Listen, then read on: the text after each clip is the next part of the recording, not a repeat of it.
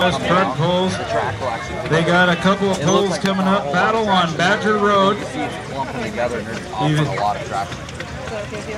Ward, he's pulling for the Cure, dedicated to his stepson, PJ Pullman.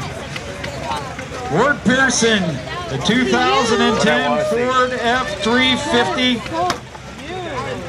I know that he drove this in and he's planning on driving it home. So that probably sitting right around the 8. The battle on the Badger Road, that's up there in the Linden area. Right around the 8 range. All trucks and hot tractors. That's going to be June 15 and 16 and August 10 and 11. You can also buy some t-shirts right next here to the blue tent for the Northwest Truck Pulling shirts. Ward Pearson, 2010 Ford F-350. Here we go.